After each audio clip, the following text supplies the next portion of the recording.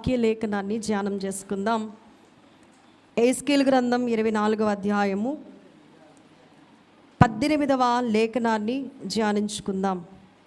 ఉదయమందు జనులకు నేను ప్రకటించి తిని, సాయంత్రమున నా భార్య చనిపోగా ఆయన నాకు ఆజ్ఞాపించినట్లు మరునాటి ఉదయమున నేను లేచి తిని, నీవు చేసిన వాటి వలన మేము తెలుసుకునవలసిన సంగతి నీవు మాతో చెప్పవా అని జనులు నన్నడుగగా, నేను వారితో ఇట్లాంటిని, యెహోవా వాక్కు నాకు ప్రత్యక్షమై ఇలాగు సెలవిచ్చాను, ఇశ్రాయేలీయులకు నీవిలాగున ప్రకటింపుము, ప్రభువైన యెహోవా సెలవిచ్చినదేమనగా, మీకు అతిశయాస్పదముగాను మీ కన్నులకు ముచ్చటగాను మీ మనస్సునకు ఇష్టముగాను ఉన్న నా పరిశుద్ధ స్థలమును నేను చెరపబోచున్నాను. మీరు వెనుక విడిచిన మీ కుమారులను కుమార్తెలను అక్కడనే ఖడ్గము చేత కూలుదురు. ఆమేన్. ప్రార్థన చేసుకుందాం. మహాగణుడా, మహోన్నతుడా, సర్వాధికారి స్తోత్రాలు. సర్వసృష్టిని కలుగజేసి మా నిమిత్తము సమస్తాన్ని ముందుగానే ఏర్పాటు చేసి మమ్మల్ని ఎంతో అపారంగా ప్రేమిస్తూ ఉన్న తండ్రి స్తోత్రాలు. మేము నిన్ను మాత్రమే ప్రేమించే గొప్ప స్థితిని మాకు దయచేయమని, లోకములో ఉన్న వాటిని ప్రేమింపక లోకాన్ని కలుగజేసిన నిన్ను మాత్రమే ప్రేమించగలిగేటువంటి ప్రేమ మాలో అనుగ్రహింపచేసి, ఈ వాక్యమును బట్టి మేము కదిలించబడి ఎలాగును నిన్ను ప్రేమించాలో, ఎలాగును నిన్ను మేము సేవించాలో, ఎలాగును నిన్ను మేము కలిగి ఉండాలో, ఎలా నీతో సహవాసము చేయాలో మీరే మాకు అగపరచుమని, ఈ గ్రంథకర్తను కూడా మాతో ఉంచుమని, మా దైవజనుని కూడా మాతో ఉంచుమని, నిలబడి ఉన్న నాకు నీ వాక్కును అందించి అందుకోగలిగినటువంటి ఆత్మను నాకు ధైర్యంగా అనుగ్రహింపచేయమని, అందుకున్న మాట అందించగలిగినటువంటి నేర్పు దయచేయమని, నా నోటికి నీవే దేవా తోడుగా ఉండి నా నోట మాటలు మీరే వసించుమని, వాక్కై మా మంచి బోధకుడుగా మాతో మాట్లాడడానికి వచ్చి వేసిన యేసు క్రీస్తు వారి నామమున ప్రార్థించి వేడుకొని పొంది ఉన్నాను పరమ తండ్రి, ఆమేన్. పరిశుద్ధ లేఖనములో ఈరోజు వినే వాక్యం కొంచెం కఠినంగాను మనస్సుకు గాయంగాను అగపడతా ఉంటుంది. కానీ ఈ సత్యాన్ని మనం అందరము ఎరగవలసిన వారమై ఉన్నాం. నేటి దిన వాక్యం ఏమిటి అంటే, ఎహెజ్కేలు భార్య. చాలామంది పేర్లు పరిశుద్ధ గ్రంథంలో ప్రస్తావించబడలేదు, కానీ వారు లక్షణాలు, వారి క్రియలు, వారు చేసినటువంటి అన్ని పనులు కూడా బైబిల్ గ్రంథంలో చాలా స్పష్టంగా వ్రాయబడి ఉంది. ఈ రోజున ప్రవక్త అయినటువంటి ఎహెజ్కేలు భార్య కూడా మరి ఇప్పుడు మనం చదివినటువంటి పుస్తకంలో మనకి కనబడ్డారు. ఈ ఎహెజ్కేలు గారు గొప్ప ప్రవచనములను ప్రవచించినటువంటి ప్రవక్త, గొప్ప దర్శన వరములు కలిగినటువంటి వారు, దర్శనములను చూసిన ప్రవక్తగా చెప్పబడ్డారు. ఎహెజ్కేలు అంటే అర్థం ఏమిటి అంటే, యెహోవా బలపరుస్తాడు అని అర్థం. ఈయన ఎవరు అంటే యాజక సంతతికి చెందినటువంటి ప్రవక్త. ఎహెజ్కేలు ప్రవచించినటువంటి సందేశాలు అతని ఊహ నుండి కలిగినవి కావు, కానీ అవి నేరుగా దేవుని నుండే అతనికి ఇవ్వబడ్డ మాటలే అతడు ప్రజలైన వారికి తెలియచేశారు. ఈ సత్యాన్ని మనం బావుగా గుర్తించవలసిన వారమై ఉన్నాం. ఇక్కడ లేఖనంలో మనతో మాట్లాడుతున్న దేవుని మాట ఏంటి అనంటే, ఎహెజ్కేలు గారికి వివాహం అయ్యింది. ఆయన భార్య చాలా అందమైనది. ఎహెజ్కేలు గారి భార్య చాలా అందమైనటువంటిది, సౌందర్యం గలది, ఆయనకు ఇష్టం కూడా. ఎవరి భార్య అంటే ఎవరికి ఇష్టం ఉండదు కదా. అయితే ఆమె దేవుడు ప్రసాదించినటువంటి ఇల్లాలు, భర్తకు తగినటువంటి భార్య. సేవలో ఈ ప్రవక్తకు ఆమె గొప్ప సహకారిగా కూడా ఉన్నారు, సందేహం ఏమీ లేదు. అన్నింటికంటే ముఖ్యంగా ఆమె దేవుని యందు భయము భక్తి కలిగినటువంటి సతీమణిగా పరిశుద్ధ గ్రంథంలో కనబడతారు. ఈ సేవకురాలి యొక్క నామం మాత్రం పరిశుద్ధ గ్రంథంలో ప్రస్తావించబడలేదు. ఎస్కేలు దేవుని ప్రవక్తే అయినా కూడా ఈ ప్రవక్తకు కూడా మరి ప్రియమైన వాటిని దేవుడు ఏం చేస్తున్నాడంటే, ఎంతో ఇష్టమైన వాటిని ఈ ప్రవక్త దగ్గర నుండి దేవుడు తీసేసుకుంటున్నాడు. దేవుడు న్యాయస్తుడంటారా అన్యాయస్తుడంటారా? ఏమ్మా, మనకిష్టమైంది ఏదైనా మనం బాగా ఇష్టపడి కొనుక్కున్నాం అనుకోండి, దాన్ని ఎవరైనా తీసేసుకున్నారనుకోండి, ఎంత అన్యాయమో అంటాం. ఇప్పుడు చెప్పండి, దేవుడు ఇతనికి ఇష్టమైనవి ఇచ్చినట్లుగానే ఇచ్చి ఏం చేశాడో తెలుసా? తీసేసుకున్నాడు. న్యాయస్తుడా అన్యాయస్తుడా? అమ్మా చెప్పండి, న్యాయస్తుడా అన్యాయస్తుడా? మీ మాట కొంచెం బాగా వినబడితే నేను ముందుకు వెళ్ళగలను. న్యాయం జరిగించాడా అన్యాయం జరిగించాడా? ఇష్టంగా చూసుకున్న దానిని తన దగ్గర నుండి తీసేయడం న్యాయమేనంటారా? మన తెలుగు క్రైస్తవ కీర్తన పుస్తకంలో 73వ కీర్తనలో దైవజనులు ఫాదర్ ఎం దేవదాసయ్య గారు రాస్తూ అన్నారు, దేవుడు న్యాయస్తుడు కాబట్టే చేసి కొనరాదు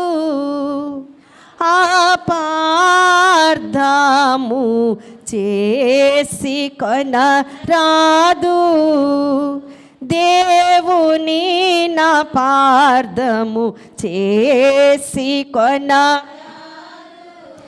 పరిశుద్ధున పార్థము, చేసి కొన.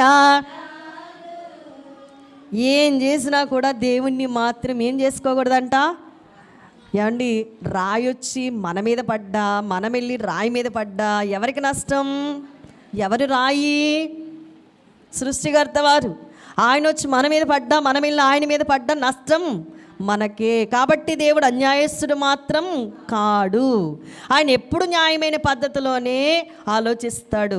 ఆలోచన చేద్దాం, ఇది కరెక్టేనా అని పరిశుద్ధ గ్రంథాన్ని ఒక్కసారి మనం చదివినట్లయితే ప్రభువారు అంటున్నారు, హెస్కేలు గ్రంథం 24వ అధ్యాయము 16వ లేఖనంలో చూస్తే, నరపుత్రుడా, చూడండి, హెస్కేలు గారిని పిలుస్తూ అంటున్నారు, నరపుత్రుడా, నీ కన్నులకింపైన దానిని నీ యొద్ద నుండి ఒక్క దెబ్బతో తీసివేయబోచున్నాను.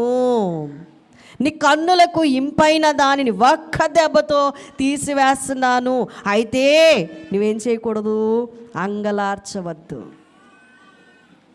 ఏమండి, అంగలార్చవద్దు, ఏడవవద్దు, కన్నీరు విడవవద్దు, మృతులకై విలాపము చేయక నిశ్శబ్దముగా నిట్టూర్పు విడువుము. నీ శిరోభూషణములు ధరించుకొని పాదరక్షలు తొడుగుకొనవలను. నీ పెదవులు మూసుకొన వద్దు, జనుల ఆహారము భుజింపవద్దు. ఎవరైనా ఇలా చేస్తారా? చెయ్యగలరా? ఏమా చెప్పండి. మనతో దేవుడు మాట్లాడుతూ ఉన్నాడు. దీని ఉదాహరణ ఏమిటో మనకి ముందుకు వెళ్ళేసరికి అర్థమవుతుంది. లోకములో చాలామంది రకరకాలుగా మానవులం అందరం కూడా ఏదో దాని మీద ఏదో రకంగా ప్రేమ పెంచేసుకుంటూ ఉంటాం.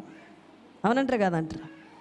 మానవులందరిలో ఉన్న సహజ లక్షణం ఏంటంటే, ప్రేమించవలసిన దేవుణ్ణి ప్రేమించక ప్రేమించకూడనివి అన్నీ కూడా ఏం చేస్తాం? ప్రేమిస్తాం. మీకు మీరే సాటి, మీకు మీ మీద మీరే తీర్పరులు, మీకు మీరే సాక్షులు. అవునంటారా కాదంటారా? ఇటు చూడండి. అవునంటారా కాదంటారా? మీరు కూడా ఎవరినో ఒకరిని ప్రేమించారు. అవునంటారా కాదంటారా?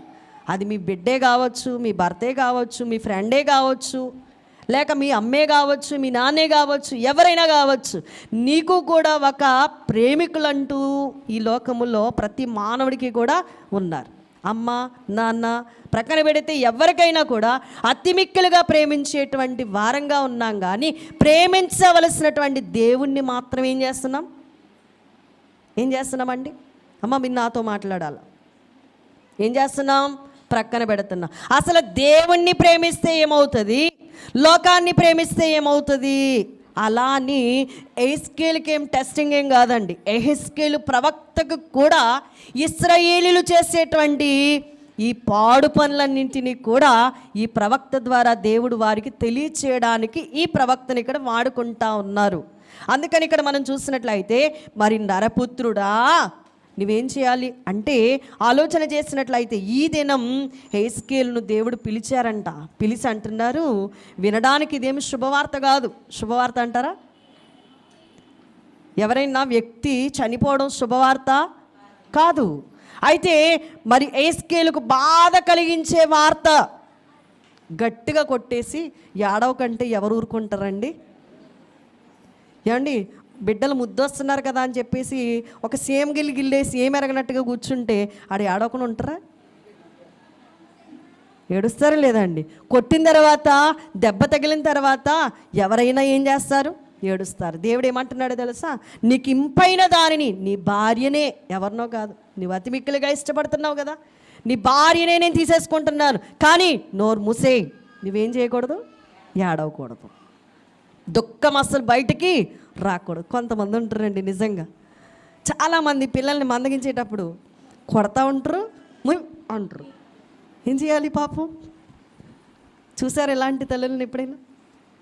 అందుకే కొంతమంది కళ్ళెర చేస్తే చాలు వీడికి మామూలుగానే వచ్చేస్తూ ఉంటుంది.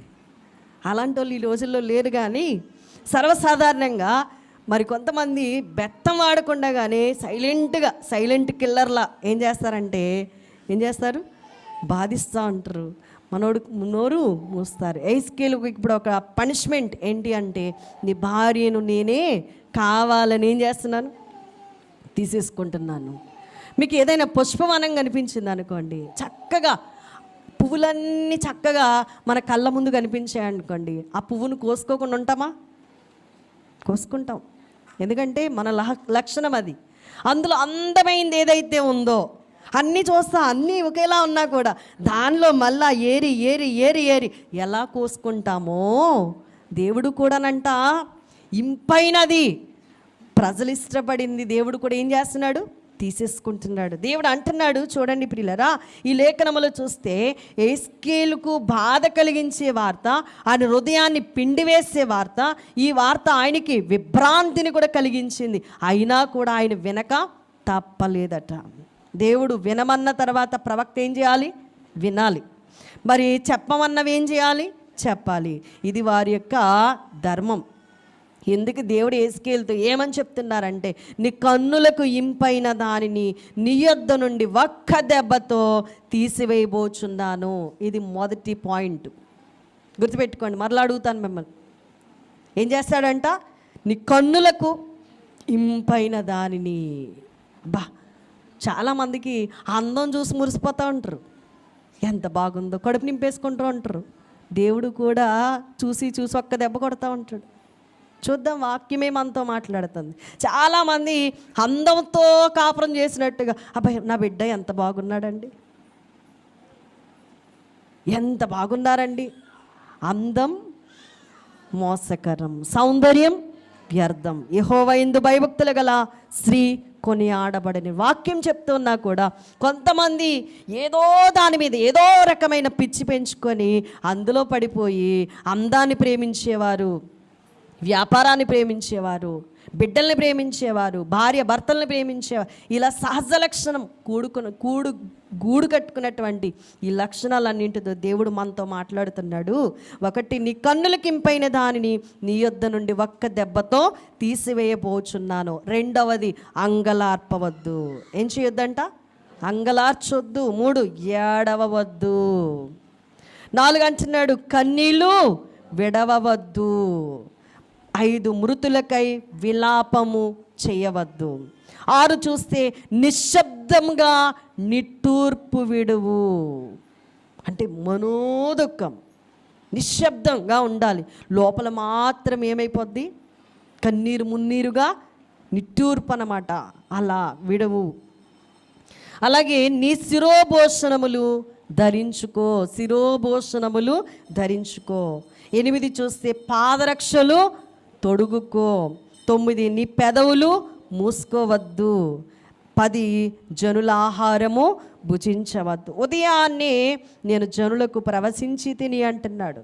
సాయంత్రం ఏమయ్యింది అంటే, చూడండి ప్రియులారా, భార్య చనిపోయింది.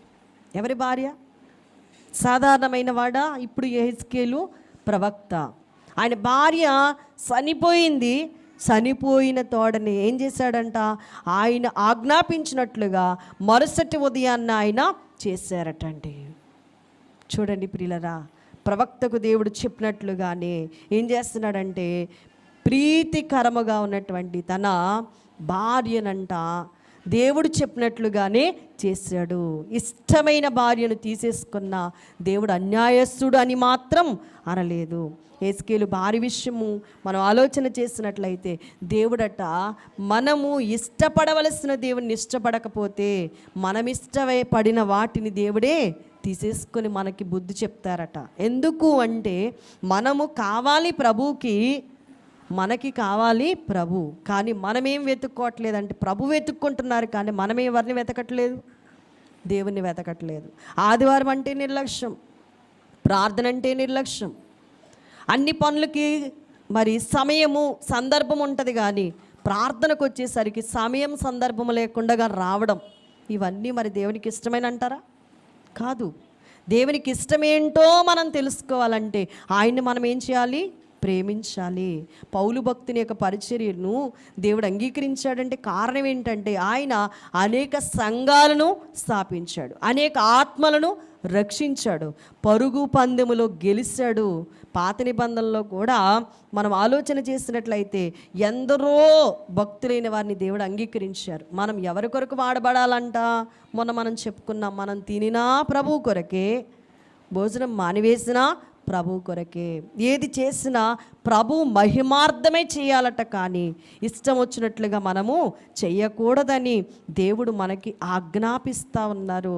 ఈ గ్రంథములో మనము ఆలోచన చేసినట్లయితే ప్రియులరా, దేవుడు మనలను ఇష్టపడుతున్నప్పుడు దేవుణ్ణి మనం ఎంతగా ఇష్టపడుతున్నామన్నదే చాలా ప్రాముఖ్యమైనటువంటి సంఘటనగా చెప్పబడుతుంది. ఈ రోజున మనం చూస్తే ఉదయం అందంట జనులకు ప్రకటిస్తూ ఉన్నాడు.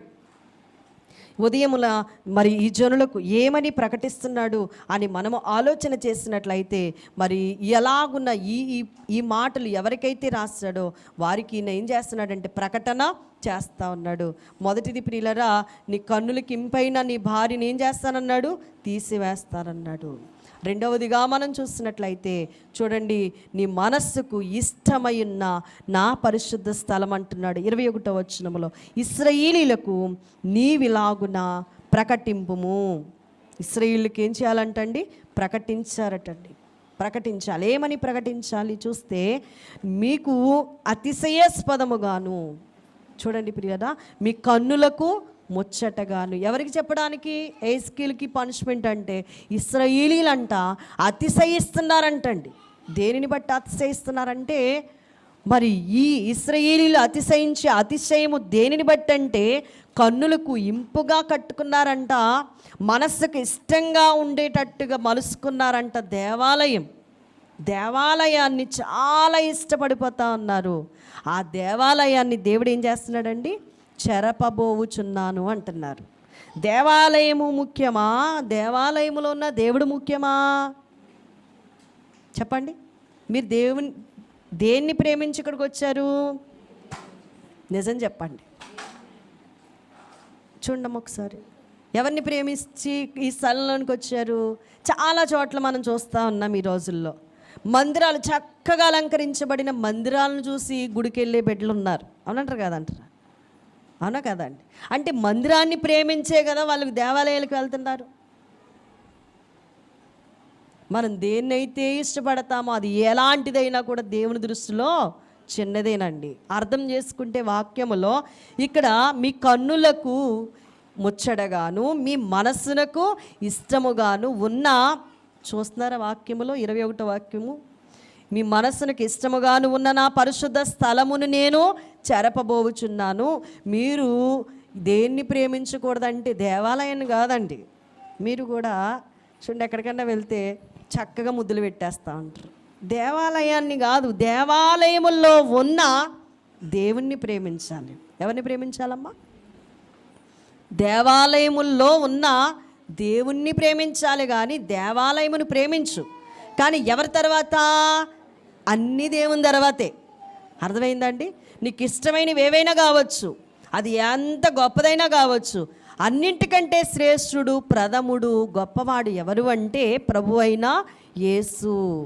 ఆయనకి మాత్రమే మహిమ చెల్లాలి, కానీ మరి దేనికి కూడా మహిమ చెల్లకూడదు. ఇది ఆయన ఆర్డర్.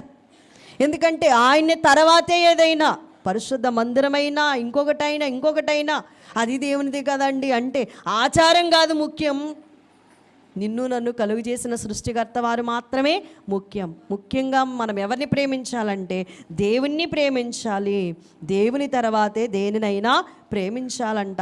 ఇది యెరూషలేము దేవాలయం గురించి విషయం. ఇశ్రాయేలీలంట దేవుణ్ణి మర్చిపోయారటండి, దేవాలయాన్ని ప్రేమించారటండి. మీరేం చేస్తున్నారో మీ ఇష్టం. ఇక్కడ ఇశ్రాయేలీలు చేసిన పని ఏంటంటే దేవుణ్ణి మర్చిపోయారు. దేన్ని ప్రేమిస్తున్నారు? మనం కూడా దైవజనులు చక్కగా రాశారు. దేవుని విడిచియు దేవుండు చేసిన, దేవుని విడిచియు దేవుండు చేసిన ఏ వస్తువునైనా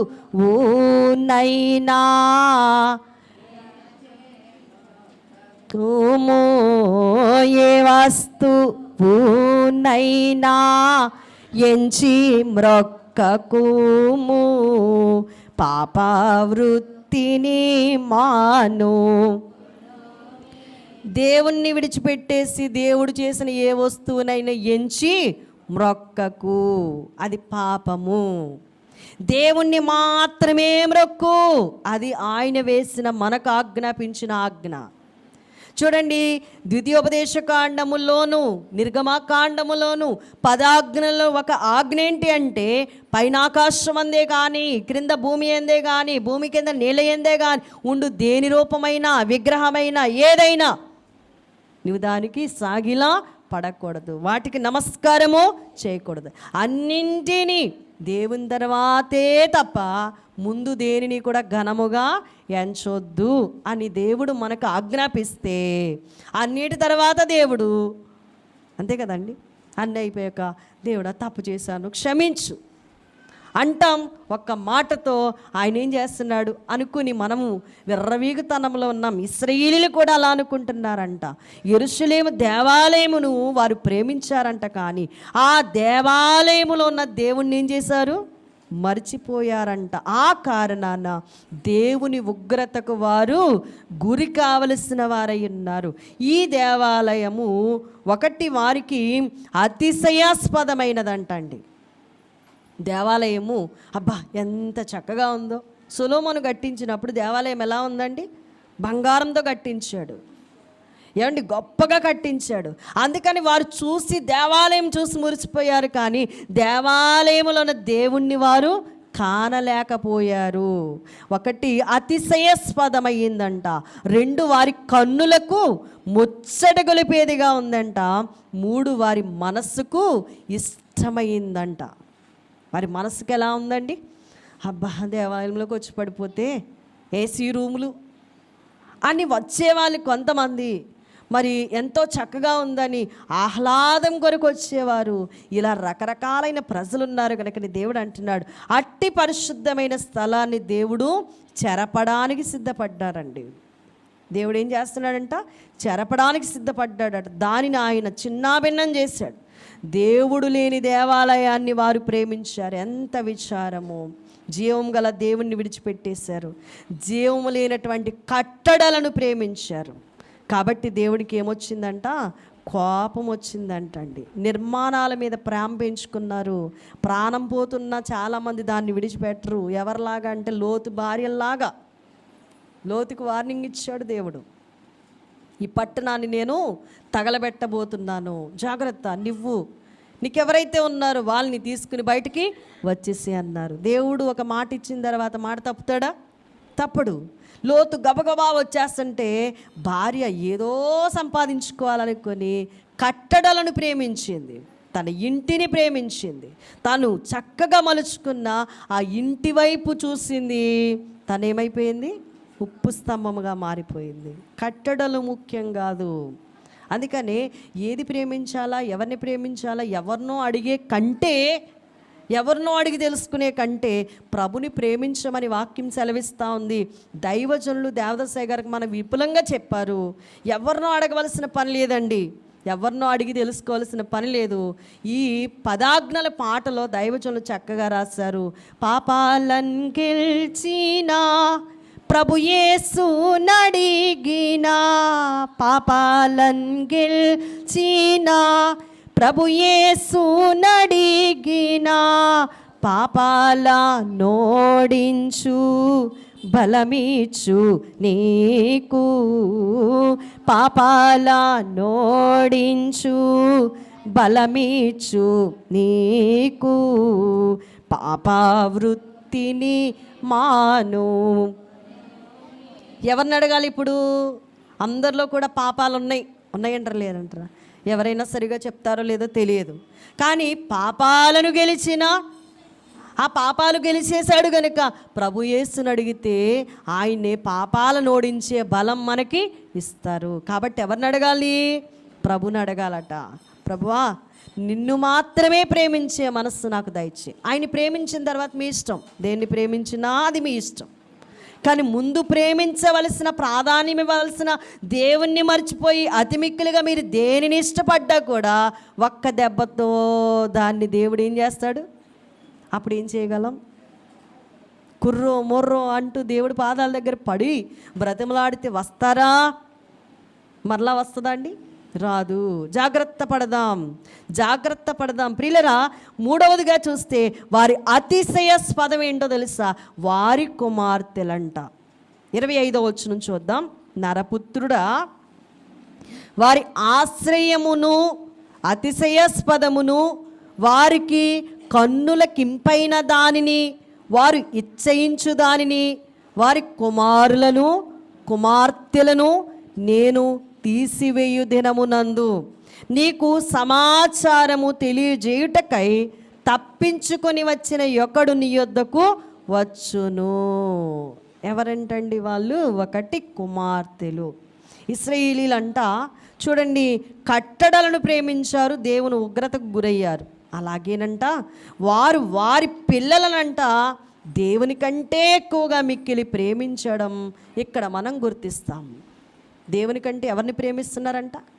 పిల్లలని ప్రేమిస్తున్నారంట. 1 పిల్లలు వారికి ఆశ్రయమయ్యారు. 2వది పిల్లలను బట్టే ప్రత్యేకంగా వారి కుమార్తెలను బట్టంట వారు అతిశయించడం ప్రారంభించారంట. ఈ చర్య దేవుని హృదయాన్ని ఏం చేసిందంటే గాయపరిచింది. దేవుడా దానమా, దేవుడా దానమా. దానం అంటే ఏంటండి? దేవుడిస్తేనే కదా, దానం చేస్తేనే కదా వచ్చారు. ఎవరిని ప్రేమించాలి? దానం చేసిన వాడినా లేక ఆ దానాన్న ఆలోచన చేస్తే వీళ్ళు ఏం చేస్తున్నారంటే 2వ దానికే ఓటేశారండి. దేనికి? దానానికి ఓటేశారు. అబ్బా మా పిల్లలు ఎంత బాగున్నారో, ఎంత సౌందర్యంగా ఉన్నారు. ఆడపిల్లల్ని బట్టి అంట వారికి ఉన్న అందాన్ని బట్టి వారు అతిశయించడం మొదలు పెట్టారటండి. మా పిల్లలు ఎంత అందంగా ఉన్నారో తెలుసా? వారు ఆడబిడ్డలనంట వాళ్ళు అందం సౌందర్యానికి వాళ్ళు మొగ్గు చూపిస్తూ సంతోషకారణంగా అందులో నిమగ్నమైపోయారు. దేవుని గూర్చిన మాట్లాడడం మర్చిపోయారండి వాళ్ళు. వారి కుమార్తెలను గూర్చి గప్పాలు కొట్టుకుంటా ఉన్నారు. అందుకనంట వారికి ఆనవాయితీ అయిపోయింది కాబట్టి నాకంటే మీరు మీ పిల్లలే ఎక్కువ అయిపోయారా అని దేవుడు చింతించంట వారిని నేను తీసివేయబోతున్నాను అని ప్రవక్త ద్వారా ఒక వార్త వెల్లడి చేయడానికంట యెహెజ్కేలుకి ఇంపైనటువంటి భార్యను దేవుడు ఏం చేశారు అండి? ఏం చేశారు? తీసివేశారు. వాక్యం మీకు అర్థమవుతుంది అని అనుకుంటున్నాను. సమూయేలు మొదటి గ్రంథం చూద్దాం ఒకసారి. ఎవరైనా చదవండి. సమూయేలు మొదటి గ్రంథం 2వ అధ్యాయం 29వ వాక్యం. అమ్మా, నా నివాస స్థలమునకు నేను నిర్ణయించిన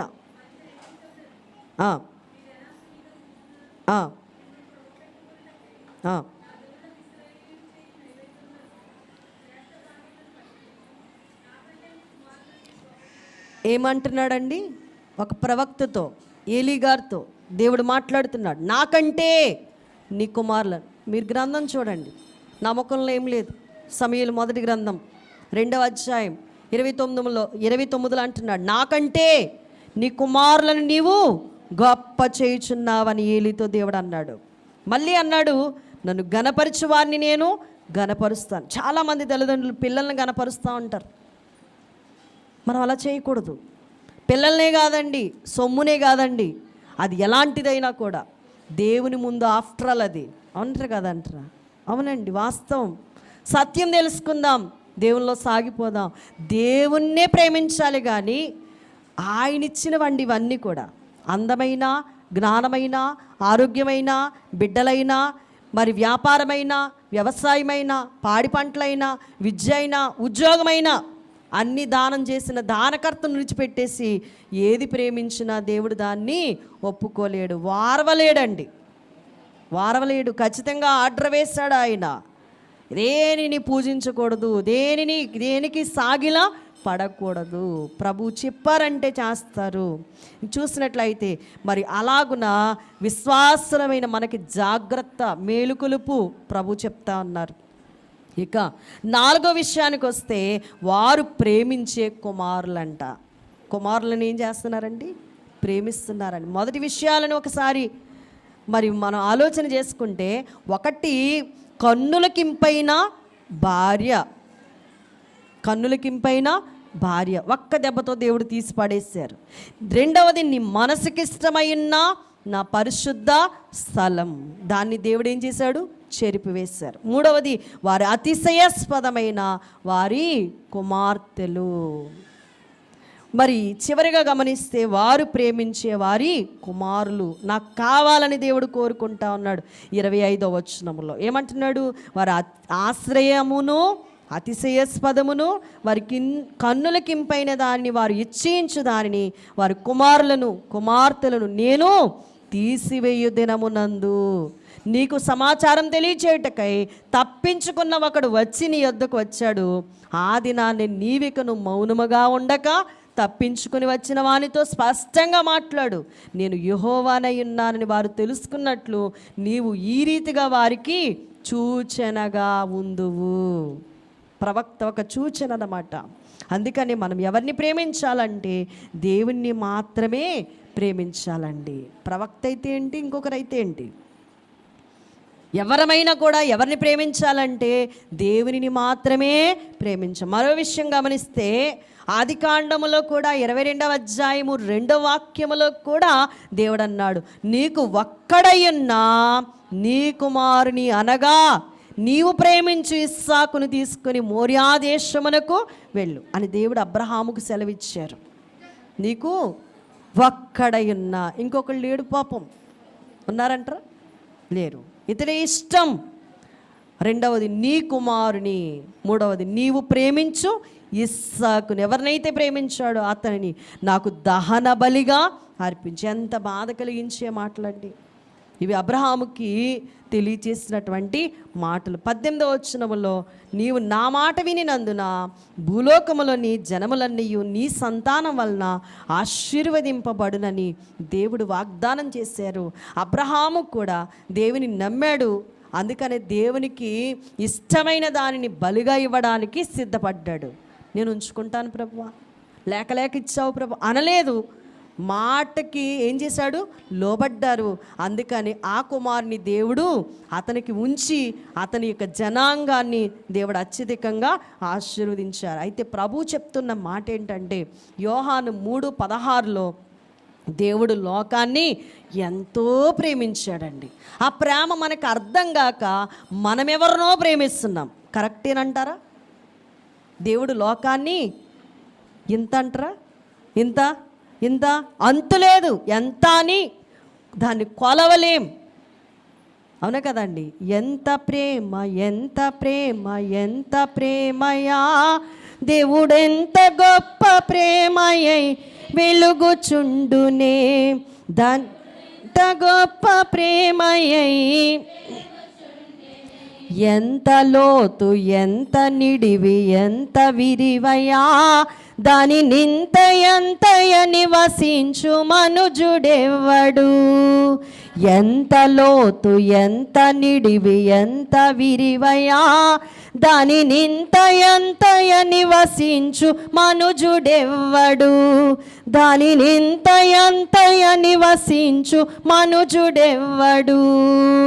ఎంత ప్రేమ ఎంత ప్రేమ ఎంత ప్రేమయా, దేవుడెంత గొప్ప ప్రేమయై వెలుగుచుండునే.